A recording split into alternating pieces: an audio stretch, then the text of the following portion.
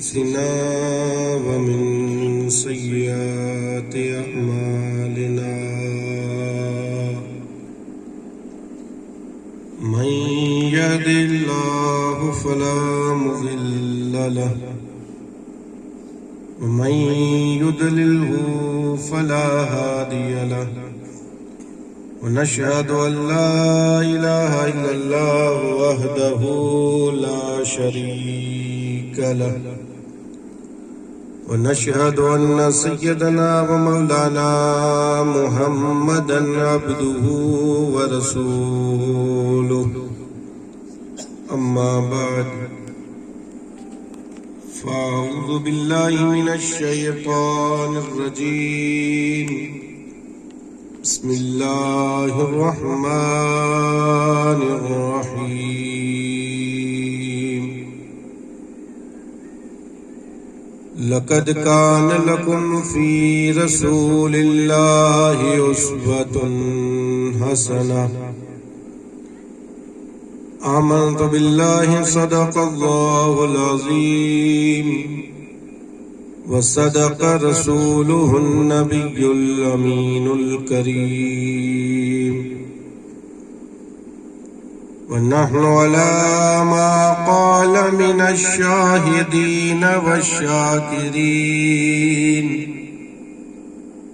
والحمد لله رب العالمين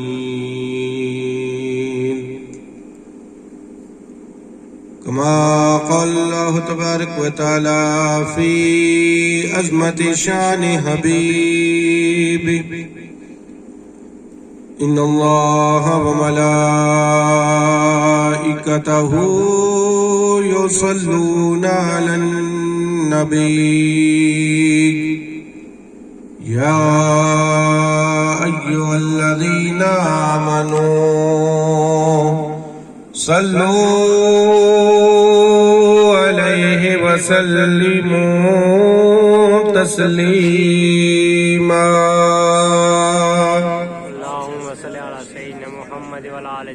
اللهم صل على سيدنا ونبينا وحبيبنا ومولانا محمد وعلى آل سيدنا ومولانا محمد وبارك وسلم صلاة وسلاما عليك يا رسول الله صلاة وسلاما عليك يا حبيب الله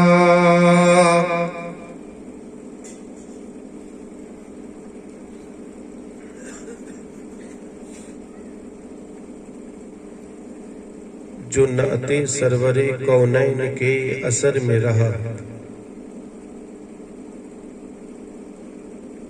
جو نعت سرور کونین کے اثر میں رہا، خدا گواہ وہی رحمتوں کے گھر میں رہا،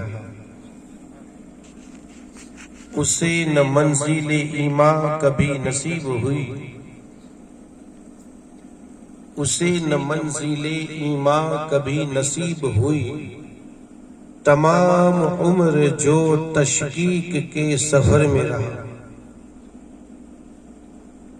طواف اس کا کرے ہے ہجوم ماہ و نجوم، طواف اس کا کرے ہے ہجوم ماہ و نجوم، جو ذرہ شاہ مدینہ کی رہ گزر میں رہا، جو ذرہ شاہ مدینہ کی رہ گزر میں رہا، گرا نہ سکیں زمانے بھر کی دولتیں اس کو، گرا نہ سکیں زمانے بھر کی دولتیں اس کو، جو شخص شاہ مدینہ کی نظر میں رہا۔ لائق عزت تعظیم و تکریم، واجب الاحترام، گرامی قدر ذی وقار علماء ذوی الاحترام، محترم و مکرم سامعین کرام، عزت مآب خواتین اسلام، یہ بابرکت محفل جس میں ہم شریک ہوئے، شادی خانہ آبادی کے موقع پہ انعقاد پذیر ہوئی۔ اللہ رب العزت کی بارگاہ میں دعا ہے اللہ تعالی ہم سب کی حاضری کو اپنی بارگاہ میں قبول فرمائے۔ پروردگار عالم دلہا اور دلہن کو ایک اور نیک بننے کی توفیق رفیق عطا فرمائے۔ اللہ رب العزت انہیں نیک اور صالح اولاد عطا فرمائے۔ پروردگار عالم دلہا اور دلہن کے مابین مولا علی مشکل کشار حضرت فاطمہ جیسی محبت عطا فرمائے، حسنین کریمین جیسی اولاد عطا فرمائے۔ اللہ تعالیٰ مجھے سمجھانے، آپ کو سمجھنے، ہمیں اس پہ عمل کرنے کی توفیق رفیق عطا فرمائے۔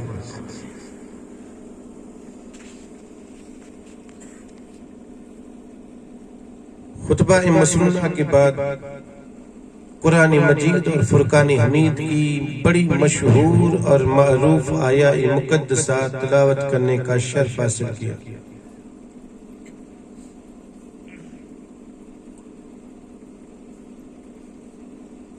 اللہ رب العزت نے ارشاد فرمایا، لَقَدْ كَانَ لَكُمْ فِي رَسُولِ اللَّهِ أُسْوَةٌ حَسَنَةٌ۔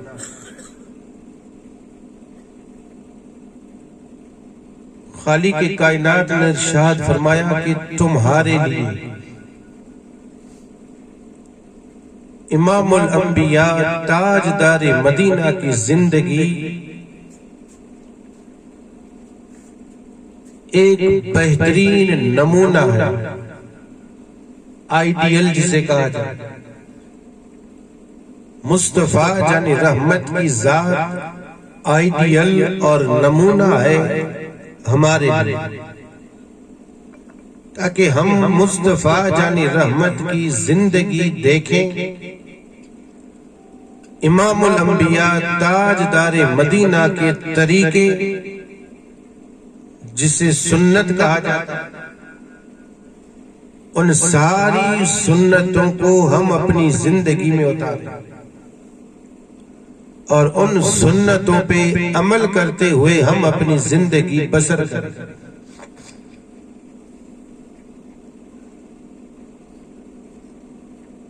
میرے اور آپ کے آقا تاجدار مدینہ کی ذات وہ ذات ہے جس نے زندگی بسر کرنے کا طریقہ بتا دیا، اور ایسا طریقہ الحمدللہ مصطفیٰ جان رحمت نے ہمیں عطا فرمایا ہے، ایسا طریقہ کسی اور کے پاس ہے ہی نہیں۔ دنیا میں بسنے والے انسانوں کی کمی، مذاہب بھی بہت سارے، لیکن الحمدللہ جو دین اور جو مذہب ہمیں مصطفیٰ جان رحمت کے وسیلے سے ملا، اور ہمارے آقا تاجدار مدینہ نے ہمیں جو دین عطا فرمایا، اس میں زندگی بسر کرنے کا جو طریقہ ہے وہ کسی اور مذہب میں ہے ہی نہیں۔ کوئی ایک طریقہ مجھے ایسا بتا دیں جو میرے آقا نے نہ بتایا، کوئی ایک طریقہ مجھے ایسا بتا دیں کہ میرے آقا تاجدار مدینہ نے وہ طریقہ نہ بتایا ہو، اور اس طریقے کے لیے ہمیں دنیاوی انسانوں کے سامنے جھکنا پڑا، نظر نہیں آئے، بلکہ ہمارے آقا تاجدار مدینہ نے طریقہ ایسا بتا دیا کہ دنیا آئے اور اس طریقے پہ اگر عمل کرے تو آج پوری دنیا کے اندر امن، شانتی اور سکون ہوتا۔ میرے آقا کے طریقے پہ اگر دنیا عمل کرے، پوری دنیا میں سکون۔ آج ہر کوئی یہی چاہتا ہے کہ سکون ہو، شانتی ہو، امن ہو۔ میں صرف میرے آقا کی ایک حدیث پاک بیان کروں، مصطفیٰ جان رحمت کی صرف ایک حدیث پاک پہ اگر عمل ہو جائے، ہر ایک انسان اس حدیث پہ عمل کرے پوری دنیا میں امن ہی امن ہوگا.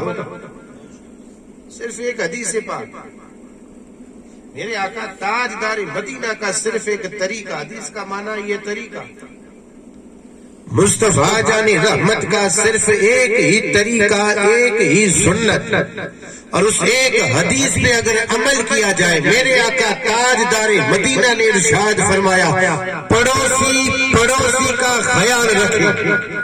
بس اسی ایک حدیث پہ عمل ہو جائے, پڑوسی کا خیال کرے, بس اس ایک حدیث پہ اگر پوری دنیا عمل کرے تو پوری دنیا میں امن, سکون اور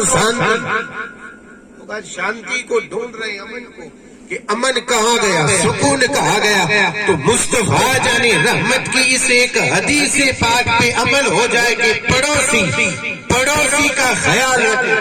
ہوگا کیا؟ ایک گھر دوسرے گھر کا خیال رکھے گا, ایک گھر دوسرے گھر کا, ایک محلہ دوسرے محلے کا. میرے آقا نے یہاں تک ارشاد فرمایا ہے کہ یعنی گھر کے اندر کچھ اگر پکایا ہو, پڑوس میں اگر کوئی غریب ہے تو کچھ تھوڑا سا اس کو بھی دے کر کے, یہ خیال رکھنا ہے پڑوسی کا خیال. ایک گھر دوسرے گھر کا خیال رکھے گا, ایک محلہ دوسرے محلے کا,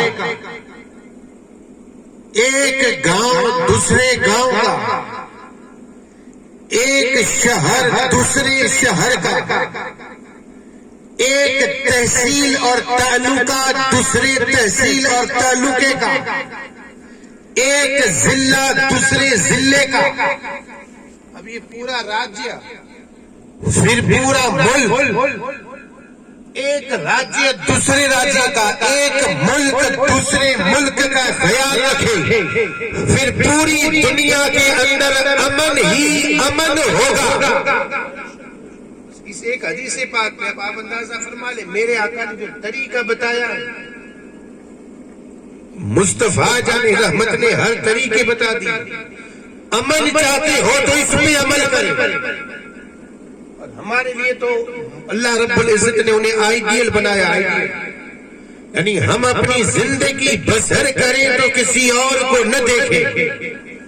آئیڈیل کہتے ہی اس کو ہے جسے دیکھ کر کے ہم اس کے عادات, اس کے طور طریقے, چلنے پھرنے اٹھنے بیٹھنے کا طریقہ ہم اپنی زندگی میں اتاریں. جیسے وہ چلے ویسے ہم چلے, جیسے وہ بیٹھے ویسے ہم بیٹھے, جیسے کپڑے وہ پہنے ویسے کپڑے ہم پہنے, جیسے چہرہ اس کا ویسا ہی چہرہ ہمارا, کھانے کا طریقہ بھی وہی ہو جو طریقہ ان کا ہو, پینے کا طریقہ وہی ہو جو طریقہ ان کا ہو. پتہ یہ چلا مصطفیٰ جان رحمت ہمارے لیے آئیڈیل ہے.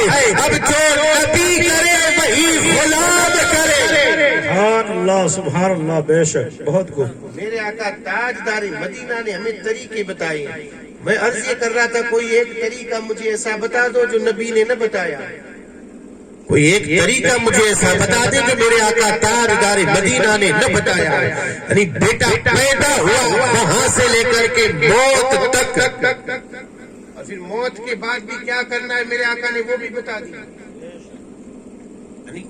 کچھ وہ تو خود کر نہیں سکتا تو اب کیا کریں. یعنی موت کے بعد بھی اگر اسے فائدہ پہنچانا چاہتے ہو تو کیا کریں. میرے آقا نے یہ بھی طریقہ بتایا.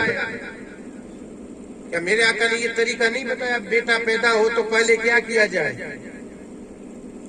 میرے آقا نے طریقہ بتا دیا. جیسے ہی دنیا کے اندر بیٹا یا بیٹی دنیا کے اندر آئے, میرے آقا نے فرمایا سب سے پہلے کام یہ کیا جائے اس کے سیدھے کان میں آزاد, الٹے کان میں اقامت پڑی جائے. میرے آقا نے بتا دیا طریقہ. 7 دن کا بچہ ہو تو میرے آقا نے طریقہ بتا دیا, عقیقہ کیا جائے, کوئی اچھا نام رکھا جائے, سر کے بال منڈوائے جائے, اور بال کے وزن کے برابر چاندی صدقہ کیا جائے. بیٹا ہے تو 2 بکروں کی قربانی کی جائے, بیٹی ہے تو 1 بکری. طریقہ میرے آقا نے نہیں بتایا. بیٹا یا بیٹی 7 سال کی, میرے آقا نے ارشاد فرمایا اب اسے نماز کی طرف بلاؤ. طریقہ بتا رہے ہیں. اور ہمارا حال کیا ہے؟ ہمارا حال یہ ہے 20 برس کا ہو اور پھر اسے کہے کہ نماز کے لیے, اب وہ کہاں سے آئے گا؟ میرے آقا نے حکم یہ فرمایا 7 سال کا بچہ ہو, 7 برس کا, نماز کی طرف. پھر میرے آقا نے فرمایا 10 سال کا ہو تب اسے مار کر کے نماز پڑھائے. طریقہ میرے آقا نے بتایا. کوئی ایک طریقہ ایسا بتا دیں جو میرے آقا نے نہ بتایا. بیٹا یا بیٹی جوان ہوئی تو میرے آقا نے نکاح کا طریقہ بتایا یا نہیں؟ میرے آقا تاجدار مدینہ نے بتا دیا. مصطفیٰ جان رحمت نے طریقہ ایسا بتا دیا, رغبت دلاتے ہوئے فرمایا النکاح من سنتی. میرے آقا نے فرمایا نکاح میرا طریقہ ہے, میری سنت ہے نکاح. النکاح من سنتی فمن رغب عن سنتی فلیس منی. میرے آقا نے فرمایا نکاح کرنا یہ میرا طریقہ ہے, یہ میری سنت ہے, سنت. اور جو اس سے منہ پھیرے, روح گردانی کرے, چہرہ پھیر دے, فمن رغب عن سنتی, میری سنت سے جو چہرہ پھیرتے, روح گردانی کرے, فلیس منی, ہم میں سے نہیں. رغبت دلاتی ہے. میرے آقا نے فرمایا اب دیکھیں صرف ایک نکاحی سنت نہیں ہے, یہ اپنے ذہن میں رکھیں, بہت ساری سنتیں, لیکن جو کہ موقع اور محل یہ شادی کا ہے تو میں نے اسی لیے یہ حدیث پاک آپ کو سنائی, بڑی مشہور اور معروف ہے. میرے آقا تاجدار مدینہ کا طریقہ سنت, مصطفیٰ جان رحمت نے فرمایا نکاح میرا طریقہ, میری سنت. مصطفیٰ جان رحمت کی سنت. اگر کوئی انسان میرے اور آپ کے آقا تاجدار مدینہ کی سنت کو زندہ کرے, زندہ, میرے آقا نے ارشاد فرمایا کہ کوئی انسان, کوئی میرا غلام میری سنت کو زندہ کرے. بات ہے سنت, اور سنت کی بات آئی تو ظاہر سی بات ہے ہم ایسے تو سنت پہ عمل نہیں کریں گے بغیر کسی فائدے. عمل اسی وقت ہی کیا جاتا ہے جب ہمارا کوئی فائدہ ہو, بغیر فائدے کے کوئی عمل نہیں کرتا. تو یہاں سنت کی بات کر رہا ہوں, سنت. اور مصطفیٰ جان رحمت نے ارشاد فرمایا اگر کوئی بندہ میری سنت کو زندہ کرے اللہ اسے 100 شہیدوں کا ثواب عطا فرمائے گا. ایک سنت کو زندہ کرے اللہ اسے 100 شہیدوں کا ثواب. ثواب کے لیے تو ہم کیا کچھ نہیں کرتے, ثواب کے لیے تو پوری رات جاگتے تاکہ ثواب ملے. یہ رجب المرجب کا مہینہ 27ویں شب, اسی یعنی شب میں لوگ جاگیں گے, اللہ کی یاد, نوافل پڑھتے ہوئے, قرآن پڑھتے ہوئے, تسبیح پڑھتے ہوئے, درود پڑھتے ہوئے. 27ویں شب, شب معراج جسے کہا جائے. پھر شعبان کا مہینہ آئے, شب بارات 15ویں شعبان. رمضان کا مہینہ آیا تو شب قدر. ان راتوں میں جاگتے ہیں یا نہیں؟ کیوں جاگتے ہیں؟ تو جاگتے اسی لیے ہے کہ ان راتوں میں جاگنے کی فضیلت ہے. میرے آقا تاجدار مدینہ نے ان راتوں کی فضیلتیں بتائی تو یہاں میرے آقا نے سنت کی بھی فضیلت بتا دی. میرے آقا نے فضیلت صرف شب بارات کی نہیں بتائی, میرے آقا نے صرف اتنا ہی نہیں کہا کہ شب بارات 15ویں شعبان کو کوئی بندہ جاگے, جاگ کر کے عبادت کرے تو اللہ اسے بخشش کا پروانہ دے گا. میرے آقا نے صرف اتنا ہی ارشاد نہیں فرمایا, میرے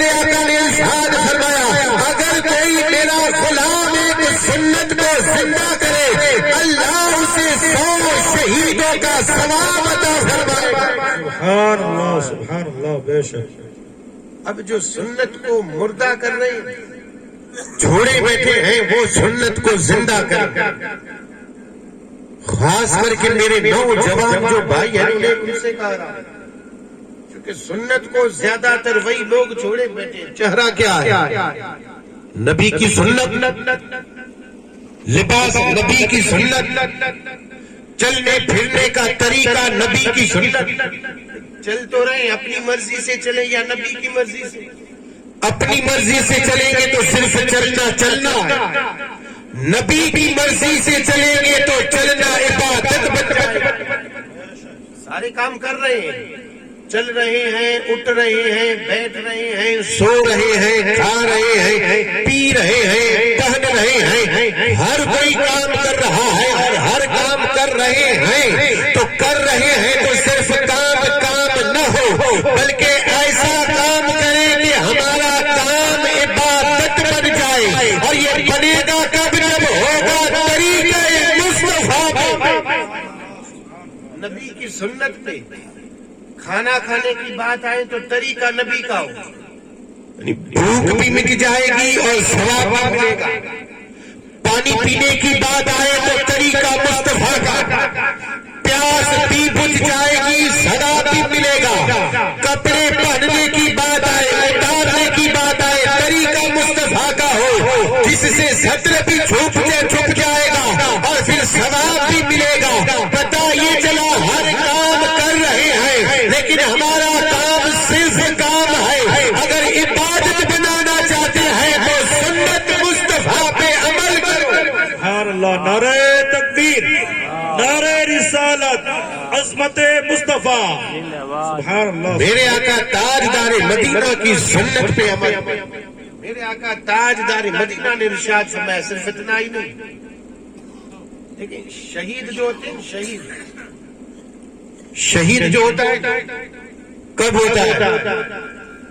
جنگ میں جائے اور جا کر کے دشمنوں سے لڑائی کرے، اور دشمنوں کے ساتھ لڑتے لڑتے اسی جنگ میں شہید ہو جائے. اللہ کے لیے اسے کہا جاتا ہے شہید. اور یہاں میرے آقا نے ایک شہید کی بات نہیں کی، صرف ایک سنت کو زندہ کرنے والا 100 شہیدوں کا ثواب پائے گا. 100. اندازہ فرما لیں ثواب کتنا زیادہ ہے، ثواب کتنا زیادہ. صرف اتنا ہی نہیں، جنت ہر کوئی چاہتا ہے، ہر کوئی عمل ہو یا نہ ہو. ہم تو یہی کہتے ہیں کہ ہم جنت عمل کریں یا نہ کریں اس سے ہمیں مطلب. ہم نے تو یہی سمجھا ہے کہ ہم ہی جنتی. لیکن جنت میں جائے گا کون؟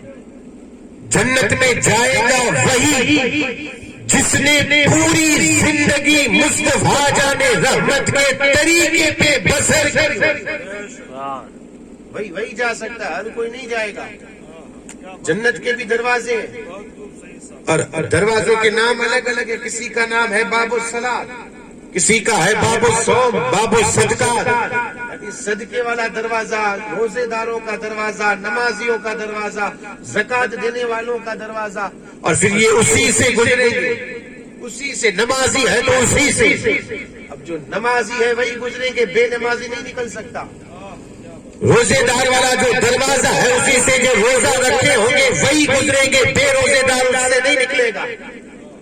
یہ ذہن میں رکھے، یہ کوئی دنیاوی معاملہ نہیں ہوگا کہ یعنی بھلا کر کے نکل جائیں گے، نہیں ہو سکتا. دربار الہی ہوگا. رب تبارک و تعالیٰ حکم فرمائے گا نمازی کہاں، نمازیوں کے لیے یہ دروازہ، روزے دار کہاں، ان کے لیے یہ دروازہ، صدقہ دینے والے، خیرات دینے والے ان کے لیے یہ دروازہ، زکات والوں کے لیے یہ دروازہ، حج والوں کے لیے یہ دروازہ. سارے دروازوں سے گزرنے والے وہی ہوں گے جو مصطفیٰ جان رحمت کے غلام ہوں گے. میرے آقا کے غلام. صرف اتنا ہی نہیں کہ 100 شہیدوں کا ثواب. ایک اور حدیث پاک ہے، میرے آقا تاجدار مدینہ نے ارشاد فرمایا، مصطفیٰ جان رحمت ارشاد فرماتی من احب سنتی فقد احبنی ومن احبنی کان معی فی الجنہ. میرے آقا نے ارشاد فرمایا جس نے میری سنت سے محبت کی اس نے مجھ سے محبت کی، اور جس نے مجھ سے محبت کی میرے ساتھ جنت میں داخل ہوگا. سبحان اللہ بے شک. کا فائدہ ہے، سنت کا فائدہ. میرے آقا نے فرمایا جو میری سنت سے محبت کرے وہ مجھ سے، اور جو مجھ سے محبت کرے جنت میں میرے ساتھ داخل ہوگا. اب جنت میں جانا چاہتے ہیں مصطفیٰ جان رحمت کے غلاموں، مصطفیٰ کے ساتھ اگر جنت میں جانا چاہتے ہیں تو نبی کی سنت کو سینے سے لگائے اور اس سے محبت کرے، کیونکہ جو اس سے محبت کرے گا وہ نبی سے محبت کرے گا، اور جو نبی سے محبت کرے وہ نبی کے ساتھ جنت میں داخل ہوگا. وہی ہوگا جنت میں داخل. میرے آقا تاجدار مدینہ نے سارے طریقے بتائے یا نہیں؟ سارے طریقے بتائے. دنیا میں کس طریقے سے رہے بتا دیا. بیٹا نوجوان ہو تو میرے آقا نے فرمایا نکاح میرا طریقہ میری سنت. لیکن یہ طریقہ یہ سنت ہوگی کب؟ مصطفیٰ جان رحمت نے جو ارشاد فرمایا نکاح میرا طریقہ ہے یہ ہوگا کب؟ یہ سنت ہوگی کب؟ جب ہو طریقہ مصطفیٰ. نکاح ہو تاجدار مدینہ کے طریقے پہ، مصطفیٰ جان رحمت کے طریقے پہ نکاح ہو تب جا کر کے سنت. طریقہ اگر کسی اور کا ہوا تو اب یہ نکاح سنت ایک رسم اور رواج. میرے آقا کے طریقے پہ ہو تو سنت. اور صرف بات یہاں تک بس نہیں، یعنی اتنا نہیں. میرے آقا نے یہ کہہ دیا کہ نکاح میری سنت. میرے آقا تاجدار مدینہ نے نکاح کے بعد زندگی کیسے بسر کرے وہ بھی بتا دیا. میرے آقا نے وہ بھی بتا دیا نکاح کے بعد زندگی کس طریقے سے بسر ہو. نکاح کے بعد میاں بیوی کیسے رہے. میرے آقا نے یہ بھی طریقہ بتایا ہے. میں نے شروع میں کہا ہمیں جو مذہب اور دین جو ملا ہے سارے طریقے بتائے گئے. یہ الگ بات ہے کہ ہم اس سے دور ہیں، یہ الگ بات ہے کہ ہم اس سے دور ہیں اور ہم نے ان طریقے کو چھوڑا. میرے آقا نے سارے طریقے بتا دیے. مصطفیٰ جان رحمت کا دامن اگر مضبوطی سے پکڑ لے تو آج کسی میں ہمت نہیں کہ ہمیں جھکائے. کسی میں ہمت نہیں، بلکہ ہمارا حال یہ ہوتا کہ ساری دنیا جھک جاتی. یہ ذرا سوچیں، تاریخ پڑھ کر کے دیکھیں، تاریخ ذرا پڑھ کر کے دیکھیں. میرے آقا تاجدار مدینہ کے غلاموں ہماری تاریخ تھی کیا؟ پڑھ کر کے دیکھیں. ہماری تاریخ یہ تھی. علامہ اقبال نے کہا دی ہم نے آزاں کبھی یورپ کے کلیساؤں میں، کبھی افریقہ کے تپتے ہوئے صحراؤں میں. دشت تو دشت ہے دریا بھی نہ چھوڑے ہم نے، بحر ظلمات میں دوڑا دیے گھوڑے ہم نے. یہ تاریخ تھی ہماری. تاریخ ہماری یہی تھی کہ ہر میدان میں کامیابی. کبھی یورپ کے کلیساؤں میں اذان دینے والے نظر آئے مصطفیٰ کے غلام، افریقہ کے تپتے ہوئے صحرائے میں نظر آئے ہیں مصطفیٰ کے غلام. سمندر پہ جس نے گھوڑے دوڑائے تھے وہ کوئی اور نہیں، نبی کے وفادار تھے. آج حال کیا ہے؟ آج ہمارا حال کیا ہے؟ وہ بھی ہم، یہ بھی ہم. حال یہ ہے، ان کا حال یہ تھا جس میدان میں قدم رکھتے کامیابی قدم چمتی. ہمارا حال کیا ہے؟ ہمیں میدان میں قدم رکھنے ہی نہیں دیا جاتا. یہ آج ہمارا حال ہے. وہ جس میدان میں مصطفیٰ کے وفاداروں نے قدم رکھا تھا، مصطفیٰ جان رحمت کے غلاموں نے قدم رکھا، کامیابی نے ان کے قدم چومے ہیں. اور پھر مصطفیٰ جان رحمت کے غلام زندگی بسر کی ہے تو طریقہ مصطفیٰ. سبحان اللہ. بدر کی تاریخ پڑھے، بدر میں 313 تھے کلمہ پڑھنے والے، صرف 313. اور یہ وہ اسلام کی پہلی جنگ ہے جو دشمنوں کے ساتھ تھی. اور اس وقت مصطفیٰ جان رحمت کے غلاموں کی تعداد کم، ہتھیار کم، سواریاں کم، کھانے پینے کی چیزیں بھی کم. یہاں غلاموں کی تعداد 313 اور وہاں دشمنوں کی تعداد 1000. یہاں ہتھیار کم ہے اور وہاں دشمنوں کے پاس ہتھیار کی کوئی کمی نہیں. یہاں سواریاں کم ہے اور وہاں سواریوں کا حال یہ ہے. یہاں جانور کم ہے اور وہاں جانوروں کا حال یہ ہے. روزانہ 10 اونٹ ذبح کر کے کھاتے تھے. ہتھیار بھی زیادہ، تعداد بھی زیادہ.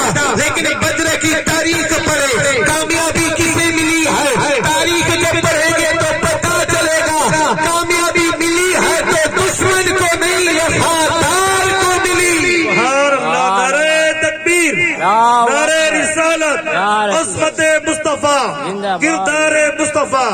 سبحان اللہ. اللہ نے ان غلاموں کی مدد سے فرمائی ہے. تھے تو 313 لیکن اللہ نے کہا وفاداروں فکر مت کرنا، تم میرے حبیب کے ہو تو تمہاری مدد کے لیے فرشتوں کو بھیجوں گا. سبحان اللہ. 313 تھے، بھیجا تھا. اور آج ہماری تعداد دیکھیں اور پھر دیکھیں ہمارا حال کیا ہے. یہ حال کیوں ہو رہا ہے؟ یہ حال اس لیے ہو رہا ہے کہ ہم نے طریقے مصطفیٰ کو چھوڑا. اگر آج بھی طریقہ مصطفیٰ پہ ہو تو یہ حال ہمارا نہ ہوتا. تاریخ پڑھ لیں آپ. ہمارا حال کیا تھا اور کیا ہوا کب جب ہم نے طریقے کو چھوڑا، مصطفیٰ جان رحمت کی سنت کو چھوڑا، تاجدار مدینہ کی تعلیم کو چھوڑا، قرآن کی تعلیم کو چھوڑا، قرآن کے احکام کو چھوڑا، رب کے فرامین کو چھوڑا. اور جب ہم نے اپنی مرضی سے زندگی بسر کرنی چاہی تو دنیا والوں نے کہا جو چیز ان کی طاقت بنی ہوئی تھی اب یہ چیز ان کے پاس نہیں ہے. اب انہیں مٹانے میں ہمیں ذرے برابر بھی فرق نہیں پڑے گا. ہم اسے اپنے قدموں سے روکتے ہوئے چلے جائیں گے کیونکہ ان کے پاس جو طاقت تھی اب وہ طاقت رہی نہیں اور وہ طاقت کوئی اور نہیں، اس کی مصطفیٰ تھی. سبحان اللہ. کہ انہیں بھی پتا تھا کہ ان کے پاس اگر عشق مصطفیٰ ہوگا تو یہ کامیاب. کہ انہوں نے ہماری تاریخ پڑھی، ہم نے نہیں پڑھی. انہوں نے پڑھی، ہم نے نہیں پڑھی. عیسائی اور یہودی جو ہے نا، عیسائی یہودی، یہ ان کے کارنامے ہیں کہ آج ہمارے دلوں سے نبی کی محبت کو نکال دیا انہوں نے. اور دنیاوی محبت. اور خاص کر کے یہ نوجوان جو آج عیسائی اور یہودیوں کے بنائے ہوئے موبائل کے پیچھے پڑے، اسی میں مست رہتے ہیں.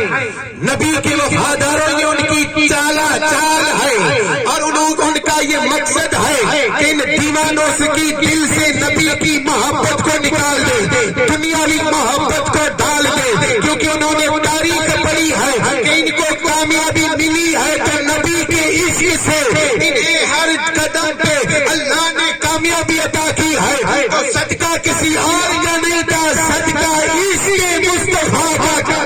سبحان اللہ. اور انہوں نے نکال دیا.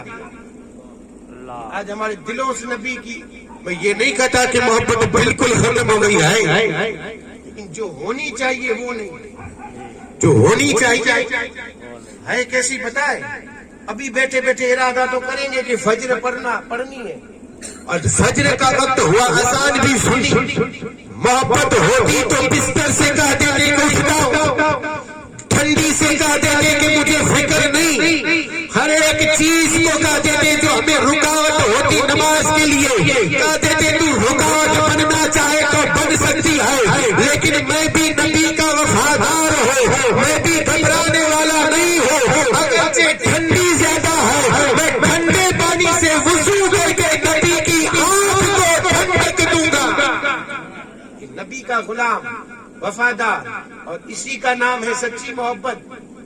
سچی محبت اسی کا نام ہے کہ یہ مصطفیٰ کا کلمہ پڑھنے والا بازار میں نہیں مسجد میں نظر آئے. مسجدیں تو عالی شان بنا دی ہے لیکن نمازی نہ رہے. مسجد صرف بنانا یہ مصطفیٰ کی وفاداری کا ثبوت نہیں، ثبوت دینا ہے تو جتنی بڑی مسجد ہے وہ مسجد ساری بھر جائے مصطفیٰ کے غلاموں سے۔ ہمارے دلوں سے انہوں نے محبت نکالی، اور نکالنے کی وجہ انہوں نے تاریخ پڑھی تھی کہ مولا علی مشکل کشا بیٹھے تھے، کھا رہے تھے جو کی روٹی، سوکھی روٹی، اور سوکھی روٹی جب روٹی سوکھ جاتی ہے تو چبانے میں تکلیف ہوتی ہے۔ مولا علی مشکل کشا بیٹھ کر کے کھا رہے تھے جو کی سوکھی روٹی۔ کسی نے دیکھا کہ حضرت علی کا حال یہ کہ روٹی چبا نہیں سکتے، حضرت علی کا حال کہ روٹی چبا نہیں سکتے، سوکھی روٹی آ کر کے اس نے کہا مولا علی کیا دیکھ رہا ہوں، کیا میں دیکھ رہا ہوں یہ سچ ہے؟ حضرت علی نے کہا بتا تو صحیح بات کیا؟ کہا یہ سوکھی روٹی چبا نہیں سکتے۔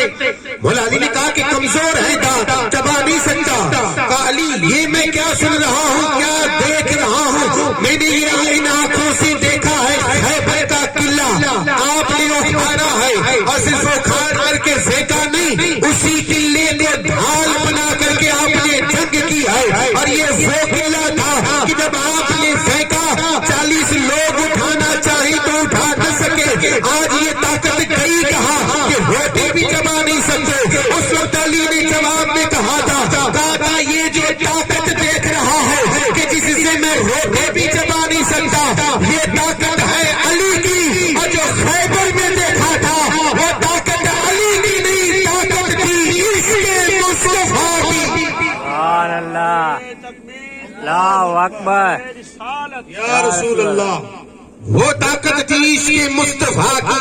انہوں نے تاریخ پڑھی ہے کہ ان کے دلوں سے نکال دیں، تب جا کر کے انہوں نے یہ چیزیں ایجاد کی، اور آج ہمارا ہر نوجوان اسی میں لگا ہوا ہے، اسی کے پیچھے پڑا، رات کو 2 3 بجے تک اسی موبائل کے پیچھے، فجر بھی گئی، ظہر بھی گئی، عصر بھی گئی، اور پھر یہ وفادار بن کر کے کہتا ہے کہ کامیابی نہیں ملتی، کامیابی ملے گی کہاں سے؟ کامیابی دے جاتا ہے تو نبی کی آنکھ کو ٹھنڈک پہنچا، اور مسجد میں حاضر ہو جا، اور رب کے دربار میں سجدے دے کے دعا مانگ، رب کامیابی دے گا۔ سبحان اللہ، سبحان اللہ۔ رب دے گا کامیابی۔ تو عرض یہ کر رہا تھا نبی کی سنت میرے آقا نے ہر طریقے بتائے، ہر طریقہ بتایا، نکاح کیسے کریں یہ بھی بتایا، نکاح کے بعد ساری چیزیں۔ ایک اور بات عرض کر دوں، آج کل اس دور میں بہت زیادہ ہو رہا، لڑکا لڑکی بھاگ رہے ہیں، یہ طریقہ میرے آقا کا تھا، یہ طریقہ، اور یہ طریقہ مذہب اسلام کا، لڑکا لڑکی بھاگ کر کے شادی، یہ طریقہ۔ اور بھاگنے کی وجہ جب پوچھی جائے تو وجہ تو کچھ اور نظر نہیں آتی، نظر صرف یہ آتی ہے کہ وہ مجھ سے پیار کرتا ہے، میں اس سے پیار کرتی ہوں، یا وہ مجھ سے محبت کرتی ہے، میں اس سے محبت کرتا ہوں، محبت کی بات آتی ہے۔ لیکن عرض کر دو، ایک دوسرے سے چاہے جتنی محبت کرو، اللہ نے جس کے ساتھ لکھا ہے رشتہ اسی کے ساتھ ہوگا، اسی کے ساتھ ہوگا اللہ نے۔ تو اب یہ بھاگنے کی ضرورت کیا ہے؟ بھاگ کر کے نکاح کرنا یہ ضروری کیا ہے؟ یہ ضروری ہے کیا؟ بھاگ کر کے کوئی ضروری نہیں، اللہ رب العزت نے لکھ دیا ہے اسی سے نکاح ہوگا۔ ذہن میں رکھیں۔ لیکن میں ایک بات بتا دوں، ابھی کچھ دن پہلے ہی، زیادہ سے زیادہ 1 مہینہ ہوا، میں گاؤں کا نام نہیں لے رہا ہوں، گاؤں کا نام، مجھ سے کسی نے مسئلہ پوچھا تھا، انہوں نے مسئلہ یہ پوچھا کہ ایک عورت شادی شدہ 2 بچوں کی ماں کا کسی غیر کے ساتھ بھاگ گئی، کسی دوسرے کے ساتھ، اس سے اس نے نکاح کر لیا، اور ہوا کیا بتایا؟ میں نے جو بات کہی کہ اللہ نے جس کے ساتھ لکھا ہے اسی سے ہوگا، وہی سمجھا رہا ہوں۔ بھاگ کر کے جو شادیاں کر رہے ہیں ان کے لیے، اللہ کرے یہ بات ان کے سمجھ میں آ جائے، اور یہ بھاگنے والا اگر ان کا ذہن ہو تو یہ بدل جائے، دعا کرے اور کیا کرے۔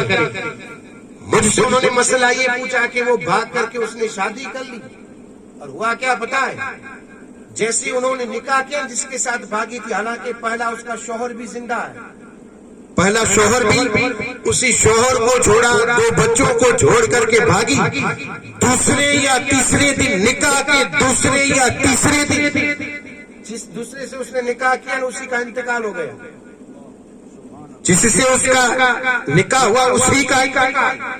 اب وہ عورت واپس آئی اسی شوہر کے پاس، پہلے والا شوہر تھا اسی کے پاس، اب وہ مسئلہ یہ پوچھ رہے تھے کہ واپس آئی ہے کیا نکاح ٹوٹا کہ نہیں؟ مجھے جو جواب دینا تھا میں نے انہیں جواب دے دیا، لیکن سمجھا یہ رہا ہوں، لڑکی نے کوشش کی، اپنے پہلے شوہر کو چھوڑا، 2 بچوں کو چھوڑا، چھوڑنے کے بعد اس سے نکاح بھی کیا، لیکن اللہ نے قسمت میں یہی لکھا تھا کہ اس کو رہنا پہلے شوہر کے پاس ہی ہے، تو اسی شوہر کو رکھنے موت عطا۔ شوہر تو نہیں تھا، خیر پہلی نکاح میں ہے، ابھی تک طلاق نہیں ہوا تو یہ دوسرا نکاح بھی نہیں کر سکتی، اور وہ نکاح نہیں ہوتا، نکاح بات سمجھانے کے لیے کہہ رہا ہوں کہ دوسرا شوہر، نہ وہ شوہر کچھ نہیں تھا، اور جو کچھ بھی اگر ہوا ہوگا میاں بیوی جیسا تعلق تو یہ ساری چیزیں زنا ہوگی اور گنہگار۔ تو عرض یہ کر رہا تھا اللہ نے جس کے ساتھ لکھا نہیں ہے تو ہو کے ہی رہے گا، ہو کے ہی رہے گا۔ اور دوسری عرض بات یہ ہے، اللہ لیکن برا لگے تو معاف فرما، اور یہ دور ہی کچھ ایسا، اس دور میں ہر جگہ پہ بولنا ہے تو سنبھل کر کے بولنا ہے، اور آج حال یہ ہے کہ ہماری مسلم بچیاں دوسرے مذہب والوں کے ساتھ یا ہمارے دوسرے بچے دوسری مذہب والوں کے ساتھ نکاح کرتے ہیں اور کہتے یہ ہیں، عورتوں کا حال یہ ہے کہ مسلم مرد محبت وہ محبت نہیں کرتے، اور کچھ تو ایسی ہیں جو یہ کہتی ہیں کہ یہ 2 3 کرتے ہیں، اس لیے ہمیں ان سے یعنی نکاح نہیں کرنا۔ لیکن جو طریقہ میرے آقا نے بتایا ہے وہی طریقہ ہمارے لیے بہتر ہے، وہی طریقہ بہتر ہے ہمارے لیے۔ میرے آقا تاجدار مدینہ نے جو دین ہمیں دیا، اس مذہب میں ایک مرد 4 عورتوں سے نکاح کر سکتا ہے، 4 عورتوں کو ایک ساتھ رکھ سکتا ہے شریعت میں، لیکن اجازت کب ہے؟ جب وہ مرد ان 4 بیویوں کے بیچ میں انصاف کر سکے، انصاف کر سکے، تب ویسے ہی نہیں ہے۔ شریعت نے یہ نہیں کہا کہ وہ نکاح کر کے چھوڑ دے، ایک کو چھوڑ دے دوسری کو دے، دوسری کو چھوڑ دے تیسری کو، نہیں، 4 کے بیچ میں انصاف۔ اور اگر انصاف نہ کر سکا تو قیامت کے دن گرفت پکڑ ہوگی، پکڑ، اور پوچھا جائے گا کہ تو نے 4 کی تھی تو انصاف کہاں؟ ذہن میں رکھے، شریعت نے ایسی اجازت نہیں دی، سارے طریقے رکھے، میرے آقا تاجدار مدینہ نے سارے طریقے رکھے۔ تو یہ بھاگ کر کے شادی کرنا اور یہ کہنا کہ بھائی یعنی ہمارے مرد یا ہماری عورتیں محبت نہیں کرتی، کہاں کا قانون ہے؟ میں اگر آپ کو بتا دوں کہ جو محبت مسلمان مرد کرتے ہیں وہ کوئی اور کر ہی نہیں سکتا۔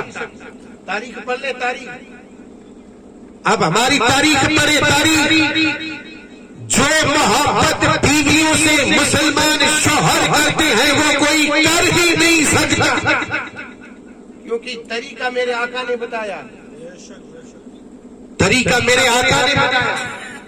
میرے آقا تاجدار مدینہ حضرت عائشہ صدیقہ خود فرماتی ہے، جو ہماری ماں ہے، حضور کی بیوی ہے، ام المومنین فرماتی ہے کہ ایک دن میرے آقا نے حضرت عائشہ صدیقہ نے کہا کہ میرے آقا نے حضرت خدیجہ کا ذکر فرمایا، اور حضرت خدیجہ یہ ہماری والدہ، ہماری ماں، حضور کی سب سے پہلی بیوی، پہلے 2 مرتبہ بیوہ ہو چکی تھی، 40 سال کی عمر تھی، اور میرے آقا کی عمر شریف 25 سال کی تھی، اور میرے آقا نے جو ہے ان سے نکاح فرمایا تھا، وہ حضرت خدیجہ کا ذکر وصال کے بعد، انتقال کے بعد حضرت خدیجہ کا وصال ہوا، اس کے بعد حضرت عائشہ صدیقہ فرماتی ہے کہ میرے آقا نے ذکر فرمایا، ذکر، تو کہا میں نے حضور سے عرض کی یا رسول اللہ آپ اس سرخ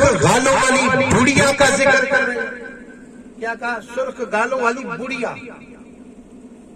حضرت عائشہ کا اتنا کہنا تھا میرے آقا کے چہرے کا رنگ بدلا. رنگ بدلنے کے بعد میرے آقا نے فرمایا عائشہ خبردار، خدیجہ کے خلاف ایک جملہ نہیں سنوں گا. حالانکہ حضرت عائشہ صدیقہ بھی بیوی ہے. آپ نے فرمایا خبردار. اور میرے آقا کے چہرے کا رنگ بدل کر کے حضرت عائشہ نے دیکھا تو ڈر گئی. کہا مجھے خوف اتنا ہوا کہ اللہ تعالیٰ میرے خلاف کوئی آیت کریمہ نازل نہ کر دے، میرے بارے میں کوئی آیت نازل نہ ہو جائے. کہ میں ڈر گئی. میرے آقا نے کہا عائشہ خبردار، خدیجہ کے خلاف اگر کچھ کہا اسے بڑھیا کہا. کہا تجھے پتا نہیں میں خدیجہ سے کتنی محبت کرتا ہوں، اگرچہ وہ اس دنیا میں نہیں ہے لیکن میں آج بھی خدیجہ سے محبت کرتا ہوں.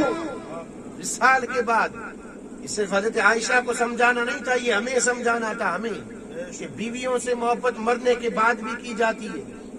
صرف اتنا ہی نہیں کہ جیتے جی. اور میں تو ہر جگہ میں یہ کہتا ہوں کہ ہم سے زیادہ محبت بیویوں سے کرے گا. ہم سے زیادہ محبت تھا نے کلمہ پڑھنے والا. شمرکند اور بخارا یہ دو شہر ہیں. یہ دو شہر بسے کیسے پتا؟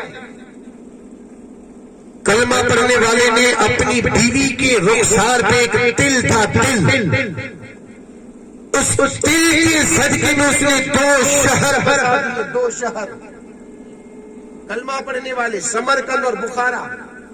پتا یہ چلا اپنی محبوبہ کے رخسار کے تل پر کلمہ پڑھنے والے دو شہر بسا دیتے. اس سے زیادہ محبت کوئی کرے گا؟ اس سے زیادہ کوئی محبت کے شوہر محبوب اپنی محبوبہ کے رخسار کے دل پر شمرکند اور بخارا جیسے شہر بسا. اور ہو کوئی شاہ جہاں جیسا، ہو کوئی شاہ جہاں جیسا اور بیوی ہو ممتاز جیسی، تو مرنے کے بعد اس کی محبت میں تاج محل جیسی عمارت بنا دیتا.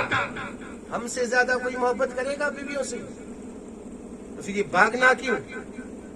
کسی اور سے یہ کہنا کہ بھائی مسلمان مرد یعنی محبت نہیں کرتے، اور مسلمان مرد یہ کہیں کہ مسلمان عورت محبت نہیں کرتی، یہ کیوں؟ دوسروں سے نکاح کرنا کیوں؟ غیروں کے ساتھ بھاگنا کیوں؟ نبی کے وفادار مصطفیٰ کا کلمہ پڑھنے والے کتنی محبت کریں گے؟ اتنی محبت کوئی غدار کر ہی نہیں سکتا.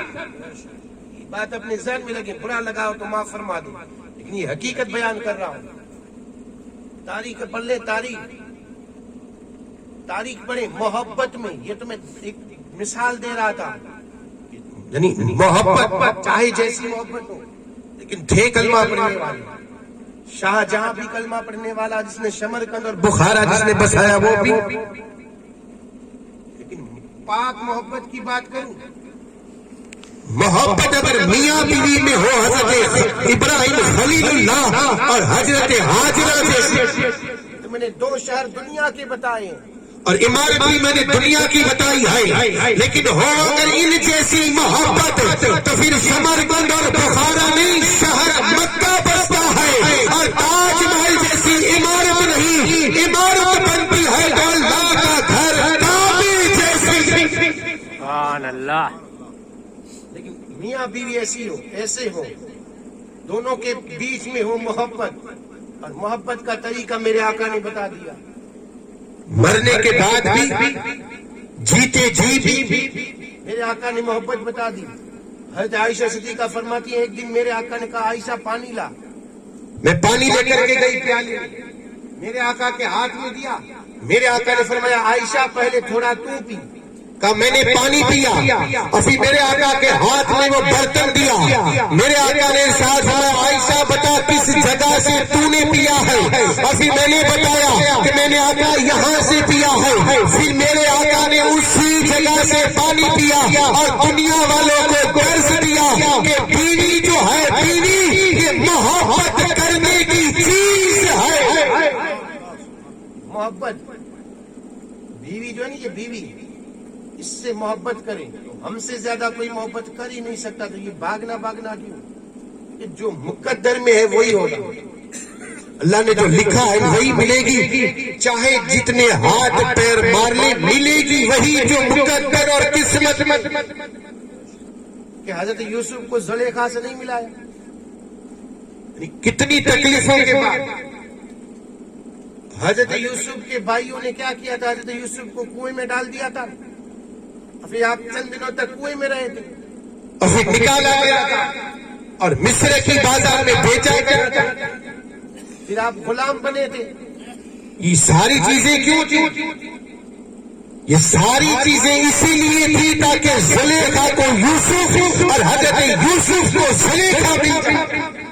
اس کے لیے تھی. کیا بی بی شہربانو حضرت امام حسین کی یعنی بیوی امام حسین کی گھر میں جو تھی بیوی کی کون تھی؟ ایران کے بادشاہ کی شہزادی. ایران کہاں عرب. اور پھر شہربانو کو امام حسین سے ملانے کے لیے کیا کیا گیا؟ فاروق اعظم کا دور، فاروق اعظم کا لشکر گیا جنگ کرنے کے لیے ایران، اور وہاں جنگ میں کامیابی ملی، اور وہاں اس بادشاہ کی شہزادی کو کنیز بنا کر کے غلام باندی بنا کر کے لایا گیا. اور پھر کسی نے کہا تھا عمر یہ ایران کے شہزادی کی، ایران کے بادشاہ کی شہزادی ہے، آپ اس سے نکاح کر لیں یا اپنے شہزادی کا نکاح اس سے کروا دو. اس وقت عمر نے جواب میں کہا تھا کہ یہ شہزادی ایران کے بادشاہ کی ہے تو اس کا نکاح عرب کے بادشاہ کے شہزادے کے ساتھ کرواؤ. تب جا کر کے امام حسین سے ہوئی تھی. یہ ساری چیزیں دیکھیں ملے گی. اگر قسمت میں ہے تو بھاگنا، یہ کرنا وہ کرنا چھوڑ دو. اور یہ بھی سوچنا چھوڑ دیں کہ مسلمان مرد یا مسلمان عورتیں محبت نہیں کریں. لیکن شرط ایک ہے، یہ کب ہوگا؟ جب ہمارے بچوں کے پاس دین ہوگا. دین ہی نہیں تو پھر سیکھیں گے کہاں سے؟ ضروری ہے دین، بچوں کو دین دیں. دین کوئی اور چیز دے یا نہ دے، دین دے. جب دین ہوگا نا تو بچے کو پتا چلے گا کہ شادی کے بعد بیوی کا کتنا خیال رکھنا ہے اور ماں کا کتنا رکھنا ہے. ہوگا تب دین ہی نہیں ہے تو ہوگا کیا؟ یا تو شوہر صرف بیوی کی مانے گا یا صرف ماں کی مانے گا. حالانکہ حکم یہی ہے کہ بیوی وہ کرے جو شوہر کرے اور بیٹا وہ کرے جو ماں کہے. اب وہی ہے، شوہر بھی ہے بیٹا بھی ہے. دونوں کے بیچ میں ایک طرف ماں دوسری طرف بیوی. اب اس بیچارے کو حکمت کے ساتھ کام کرنا ہے. جو کچھ بھی کرنا ہے حکمت کے ساتھ. بیوی کو بھی راضی کرنا ہے، ماں کو بھی راضی کرنا ہے. اس سے نہ بیوی ناراض ہو پائے نہ ماں یہ خیال رکھ کر کے زندگی بسر کرنا ہے. لیکن یہ سارے کام کرے گا تب جب ہوگا اس کے پاس دین کا علم. بغیر علم کے کچھ نہیں کر سکتا. دین کا علم ہوگا تو بیوی کو بھی سکھائے گا، ماں کو بھی کہے گا کہ یہ دین ہے، یہ دین ہے. اور جب دین ہوگا میاں بیوی کے پاس تب جا کر کے بیٹا غوث اعظم کے غلام پیدا ہوں گے. ایسے ہی پیدا نہیں ہوں گے. دن اور رات سیریل دیکھنا، پکچر دیکھنا، موبائل میں گندی تصویریں دیکھنا اور پھر یہ دعا کرے کہ بیٹا نیک ہو، بیٹا ایسا ہو جیسا غوث اعظم. بیٹا ایسے پیدا نہیں ہوتے. ماں خیر ہو، خیر، خیر سے مراد اچھی، پارسا نیک، اور باپ صالح ہو. صالح سے مراد بھی یہ ہے نیک، اللہ سے ڈرنے والا. ماں خیر ہو، باپ صالح ہو، بیٹا ولی پیدا ہوتا ہے. اور ماں ام الخیر اور بیٹا باپ ابو صالح ہو تو بیٹا ولیوں کا ولی غوث اعظم پیدا ہو. سبحان اللہ. ضروری ہے ماں باپ ایسے ہو تب جا کر کے اولاد نیک ہوگی. لیکن ماں باپ کے پاس علم نہیں تو بچوں کے پاس علم کہاں سے ہوگا؟ اور پھر ہوگا کیا؟ جو ہم نے سیکھا وہ بچے سیکھیں گے. لیکن دین کے لیے کوئی عمر نہیں. آپ اگر یہ سوچیں کہ بھائی ہماری عمر ہو گئی ہے اور ہم بڈھے ہو گئے اب دین سیکھ کر کے کیا کریں، یہ بالکل غلط۔ چاہے 70 سال 80 سال کی ہو، لیکن سیکھیں، روزانہ ایک بات دین کی سیکھیں۔ اور یہ درس بھی ہمیں غلاموں سے ملا ہے۔ قرآن مجید جب نازل ہوا تھا تب ابو بکر صدیق بچے نہیں تھے، انہوں نے بھی قرآن سیکھا۔ اگر یہی سوچ ابو بکر کی ہوتی کہ اب میں بڑا ہو گیا ہوں اب کہاں سے سیکھوں، تو ابو بکر نہ سیکھتے۔ یہ سوچ کو مٹا دے اور سوچ یہ رکھے کہ ہم ابو بکر کے طریقے پہ چلے گئے۔ اگرچہ 70 سال کی عمر ہے لیکن آج بھی ہم قرآن مجید ضرور سیکھیں گے۔ سوچ رکھیں اور سیکھیں۔ ہم سیکھیں گے، ہمیں دیکھ کر کے بچے سیکھیں گے، اور بچے جب سیکھیں گے تو ان کے پاس دین ہوگا، اور دین ہوگا تو ان کے پاس سنت ہوگی، اور جس کے پاس سنت ہوگی وہی دنیا کے اندر کامیاب نظر آیا ہے۔ کامیابی کر جاتے ہو تو نبی کے وفادار بن جاؤ، کیونکہ کامیابی انہیں ملتی ہے جو نبی کے وفادار ہے۔ غدار کو کبھی کامیابی نہیں ملتی، اسی لیے تو کسی اہل دل نے کہا ہے کہ محمد سے وفا تو نے تو ہم تیرے ہیں، یہ جہاں چیز ہے کیا وہ قلم تیرے ہے، ہم علینا للبلاغ۔